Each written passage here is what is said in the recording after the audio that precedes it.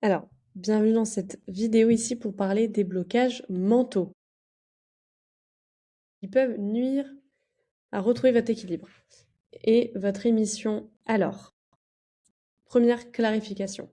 Le mental ne crée pas directement la maladie, mais peut la créer de manière indirecte.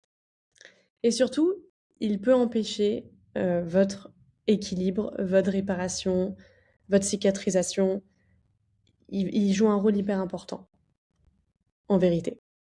Et il peut bloquer. Et si vous avez un mental qui bloque, rien ne pourra fonctionner.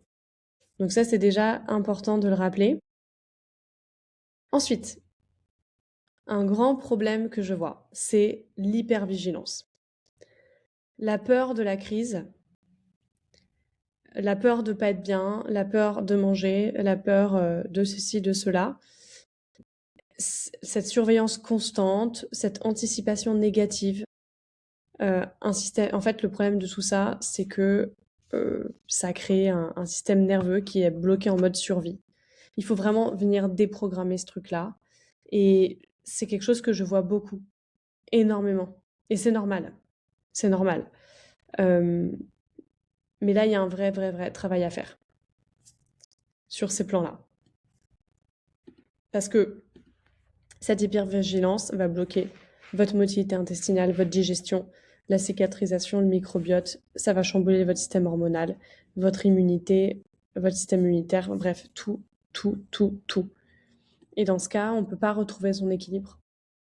Donc, il faut vraiment travailler sur vos peurs et, et sur ce négatif qui est très mauvais. Il faut rester positif. Il faut accepter, rester positif et faire le nécessaire. Un autre grand blocage que je vois, selon moi, et qui est très important aussi, c'est le manque de connaissances.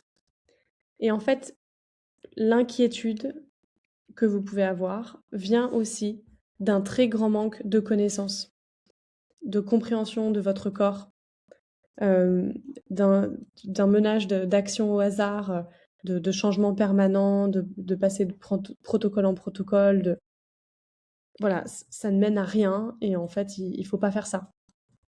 Il faut juste accepter et reprendre le bout du fil et faire les choses dans le bon sens. Le problème de tout ça, c'est que du coup, ça crée aussi beaucoup de perte de confiance et vous vous fatiguez énormément à chercher partout et c'est hyper mauvais. Ça excite votre système nerveux alors qu'il a besoin juste de calme, d'être tranquille. Donc ça, c'est un très gros problème que je vois, c'est vraiment le manque de connaissances. Parce que agir sans comprendre, c'est agir à l'aveugle. Et oui. Alors, ce qu'il faut faire, c'est se former. Et se former, ça ne veut pas dire devenir expert, mais ça veut dire déjà pour soi en fait, comprendre. C'est sécuriser son mental, c'est redonner de la cohérence là où c'est flou, c'est agir en conscience et c'est devenir autonome. Vous ne pouvez pas laisser votre santé, toute votre vie dans les mains d'autres personnes. Ça ne marche pas et c'est pas possible. Donc, il faut se former pour reprendre le contrôle et redevenir acteur et autonome. Et déjà, la connaissance, la formation enlève beaucoup de stress et d'incohérence. Et tout paraît beaucoup plus facile et plus clair. Et faisable. Ensuite, tout ça pour vous dire, pour en arriver à ce point, que la rémission, on peut aller mieux par hasard, ça arrive, j'ai déjà vu. Mais en fait, on reste pas en rémission par hasard. C'est pas durable.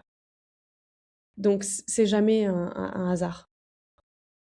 Il faut vraiment que ce soit conscient, cohérent. Il faut de l'engagement. Il faut s'engager dans sa rémission. Voilà. Redevenir vraiment acteur. Voilà. On reste pas en rémission par hasard. Donc, de manière durable. Voilà. Je vous remercie pour cette vidéo. Et puis, dans la prochaine, on parlera des blocages émotionnels cette fois.